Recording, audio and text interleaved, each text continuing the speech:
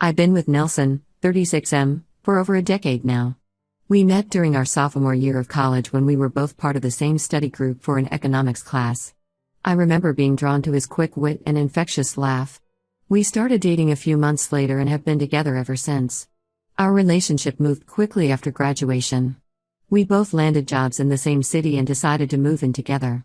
Nelson proposed on our 3-year anniversary during a weekend getaway to the beach. It was simple and perfect, just like us. We got married a year later in a small ceremony surrounded by our closest friends and family. For the most part, our marriage has been great. We've always been each other's best friends and biggest supporters. We love traveling together, trying new restaurants, and having game nights with our friends.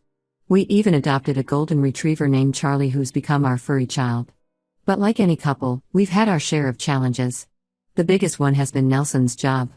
He works as a sales manager for a large tech company, a position he's held for about 6 years now. While I'm incredibly proud of his success, his job requires a lot of travel. He's usually gone for 2 to 3 weeks each month, which can be tough on our relationship. At first, we tried to make the most of it. We'd have long FaceTime calls every night and I'd send him care packages for his longer trips. But over time, the distance started to take its toll. We'd argue more when he was home, usually about little things that didn't really matter. I started feeling lonely and disconnected, even when he was around. About 3 years ago, Nelson started mentioning a new coworker named Megan, 32F. She had just joined his team and they hit it off right away. At first, I didn't think much of it. Nelson has always been a friendly guy and I was glad he had someone to hang out with during his work trips. He'd come home and tell me stories about their shared love for obscure 80s movies or how they'd found the best hole-in-the-wall restaurants in whatever city they were visiting. As time went on, though, I started to notice that Nelson was talking about Megan more and more. It seemed like every conversation somehow circled back to her. Megan found this great new coffee shop, or Megan recommended this book I think you'd love. I tried to push my concerns aside. I trusted Nelson and I didn't want to be the jealous, paranoid wife. But there was always this nagging feeling in the back of my mind that something wasn't quite right. I remember one night about a year ago, Nelson and I were having a rare date night at home. We were curled up on the couch watching a movie when his phone kept buzzing with text messages. When I glanced over, I saw Megan's name on the screen. Nelson quickly turned his phone over, but not before I saw a message that said, "I miss you too." My stomach dropped, but when I asked Nelson about it, he brushed it off as just friendly banter between coworkers. Things came to a head about 6 months ago. Nelson came home from a particularly long trip and seemed distracted and distant.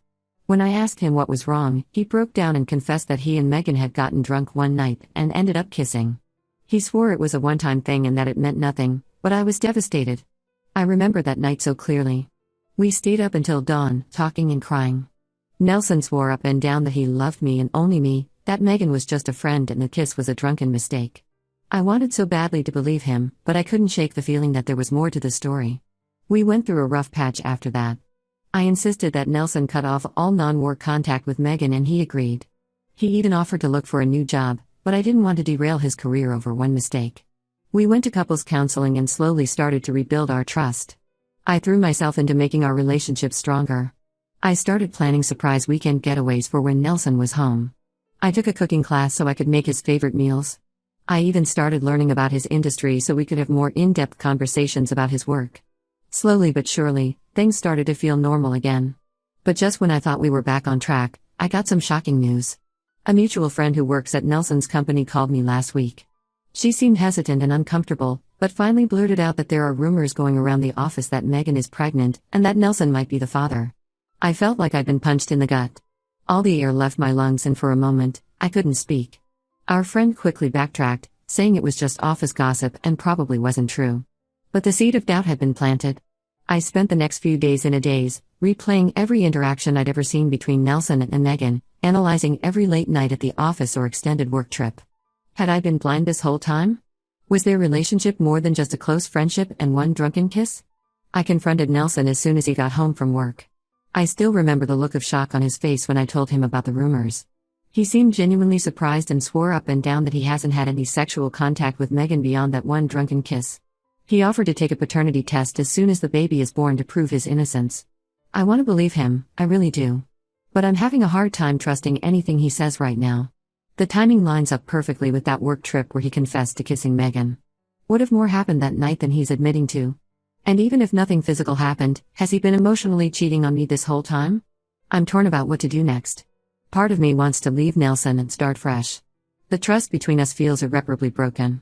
But we've built a life together and I still love him despite everything. We have a home together, shared friends, and even talked about starting a family of our own before all this happened. I'm also not 100% sure that the rumors are true. It's possible that Megan is pregnant by someone else and people are just jumping to conclusions because of how close she and Nelson have been. But even if that's the case, can I ever truly trust Nelson again? For now, I'd ask Nelson to move into our spare bedroom while I sort through my feelings. He's being very understanding and giving me space, which I appreciate.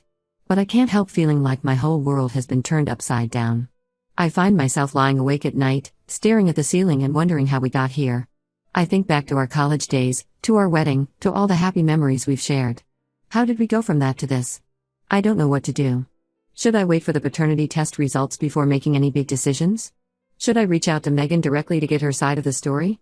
Or should I just cut my losses now and file for divorce? Any advice would be greatly appreciated. I feel like I'm drowning and I don't know which way is up anymore. Update 1, it's been about a month since my last post and a lot has happened. First of all, thank you to everyone who offered advice and support. Your kind words and thoughtful suggestions have been a lifeline during this difficult time. After much deliberation, I decided to reach out to Megan directly. I know many of you advised against this, warning me that it could lead to more hurt and confusion. But I couldn't shake the feeling that I needed to hear her side of the story. I needed to look her in the eye and try to understand what had really happened between her and my husband. Getting in touch with Megan wasn't easy. I didn't have her personal contact information, and I certainly wasn't going to ask Nelson for it. Eventually, I managed to find her on social media and sent her a message explaining who I was and asking if we could meet. To my surprise, she agreed almost immediately. We met at a small cafe on the outskirts of town, far from Nelson's office or any of our usual haunts. I arrived early, my stomach in knots as I waited for Megan to show up. When she walked in, I was struck by how ordinary she looked. I'm not sure what I was expecting, some femme fatale perhaps, but the woman who sat down across from me just looked tired and nervous. Megan seemed hesitant at first, but as we started talking, she became surprisingly open about everything. She confirmed that the rumors about her pregnancy were true, she's about 3 months along. However, she insists that Nelson is not the father. According to Megan, she had a brief fling with another co-worker, Tom, 29M, around the time she got pregnant. She and Tom had kept their relationship quiet because office romances are frowned upon at their company. As Megan spoke, I found myself studying her face, looking for any sign of deception. But her story seemed genuine. She explained that she was shocked when she heard the rumors about Nelson potentially being the father. She admitted that she and Nelson had grown close over the years and that there was some mutual attraction, but she swears nothing physical ever happened between them beyond that one drunken kiss. To back up her story, Megan even showed me text messages between her and Tom discussing the pregnancy. The timestamps and content seemed to corroborate her version of events. I felt a wave of relief wash over me, quickly followed by a new surge of confusion and hurt. If Megan was telling the truth, why hadn't Nelson been more forthcoming about their relationship? I asked Megan why she hadn't come forward to clear Nelson's name when the rumors started. Her answer surprised me. She said she was afraid of losing her job if her relationship with Tom came to light. She also didn't want to drag Tom into the mess since he's engaged to someone else. I could see the fear and regret in her eyes as she explained this, and despite everything, I found myself feeling a bit sorry for her. Our conversation lasted for over 2 hours. We talked about her relationship with Nelson, about the dynamics at their office, and about the pressure and loneliness that comes with frequent business travel. By the end of it, I felt like I had a much clearer picture of the situation, though not necessarily a happier one. After my conversation with Megan, I went home and sat down with Nelson. I told him everything Megan had said and watched his reaction carefully. He seemed genuinely relieved and thanked me for taking the initiative to talk to Megan. He reiterated that nothing had happened between them and said he had been racking his brain trying to figure out how these rumors had started. We had a long, honest conversation about our relationship and the issues that led to Nelson becoming so close with Megan in the first place. Nelson admitted that he had been feeling lonely and disconnected due to all his work travel, and that his friendship with Megan had filled a void. He realized now how inappropriate their relationship had become, even if it never crossed the line into a physical affair. As we talked, I found myself remembering all the little moments over the past few years where I'd felt neglected or pushed aside. The missed anniversaries because of important business trips. The distracted conversations where Nelson seemed more interested in his phone than in what I was saying. The gradual drift that had happened between us, so slow I barely noticed it until it became a chasm. Nelson has agreed to look for a new job that doesn't require so much travel. He's also recommitted to working on our marriage and rebuilding the trust between us. We've started seeing a couples counselor again and are taking things day by day. I know we're not out of the woods yet. There's still a lot of hurt and mistrust to work through. But I feel cautiously optimistic about our future for the first time in months. We're talking more openly than we have in years, really listening to each other's needs and fears. As for Megan, she's planning to come clean to HR about her relationship with Tom. She's worried about the professional consequences, but feels it's the right thing to do. I actually feel bad for her. This whole situation has been a mess for everyone involved. Looking back, I realize how close I came to throwing away my marriage based on rumors and suspicions. While Nelson's relationship with Megan was inappropriate and hurtful, it wasn't the full-blown affair I had feared. I'm grateful that I took the time to investigate and communicate before making any drastic decisions. That being said, we still have a long road ahead of us. Trust, once broken, is not easily rebuilt. But for the first time in a long time, I feel like Nelson and I are on the same team again, working together instead of against each other. I'll keep you all updated as things progress. Thank you again for all your support during this difficult time. Your advice and kind words have meant more than you know. Update 2. It's been another month since my last update, and I'm afraid things have taken a turn for the worse. I really thought Nelson and I were on the path to reconciliation, but some new information has come to light that has shaken everything up again. About 2 weeks ago, I got an anonymous email from someone claiming to be a co-worker of Nelson and Megan. The sender said they couldn't stand by and watch me be deceived any longer. The email contained some very detailed information about Nelson and Megan's relationship, including dates and locations of times they had allegedly been intimate. The sender said they felt guilty for staying silent and wanted me to know the truth. At first, I was hesitant to believe anything from an anonymous source. After all, it could have been someone with a grudge against Nelson or Megan, or even just a troublemaker who got off on creating drama. But the level of detail was unsettling, and some of the information lined up with things I already knew. I spent days agonizing over what to do with this information. Should I confront Nelson? Reach out to Megan again? Ignore it entirely? In the end, I decided to do some digging of my own before making any accusations. I reached out to some of Nelson's other co-workers under the guise of planning a surprise party for him. It wasn't entirely a lie. His birthday is coming up in a few months, and I had been thinking about doing something special. As I talked to his colleagues, I casually brought up Megan and watched their reactions. To my dismay, I was able to verify some of the information from the email. It seems that Nelson and Megan's relationship was common knowledge around the office. Several people confirmed seeing them behaving inappropriately at work events, everything from lingering touches to disappearing together for hours at a time during conferences.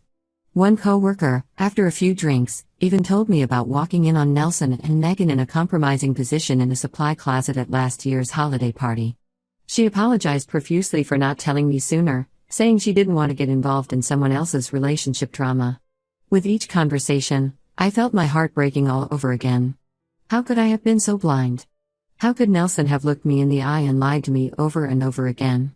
Armed with this new information, I confronted Nelson again. I didn't tell him about the anonymous email or my conversations with his coworkers. I simply told him that I knew he hadn't been entirely truthful about his relationship with Megan, and I gave him one last chance to come clean. This time, Nelson broke down and admitted that he had been lying. His affair with Megan had been going on for over a year, and it had definitely crossed the line into a physical relationship. He swore that it had ended when I first confronted him about the kiss, but the damage was already done. I was devastated all over again. Not only had Nelson been cheating on me, but he had looked me in the eye and lied about it multiple times.